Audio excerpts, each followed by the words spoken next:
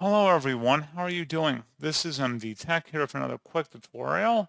In today's tutorial, I'm going to show you how to enable or disable device locking when unpinning or pinning apps on your Android device.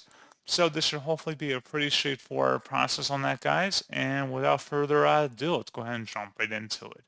All you have to do is swipe up on your home screen and select the settings gear button. And then you want to scroll down and select the security and privacy tile. And then scroll down again underneath other settings and select more security and privacy. And then scroll down again underneath where it says app pinning. Go ahead and select that.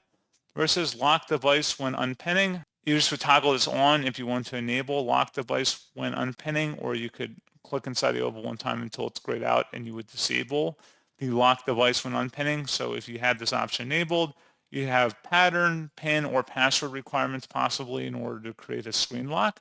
So pretty straightforward process on that, guys. And as always, thank you for watching. I do hope I was able to help you out, and I do look forward to catching you all in the next tutorial. Goodbye.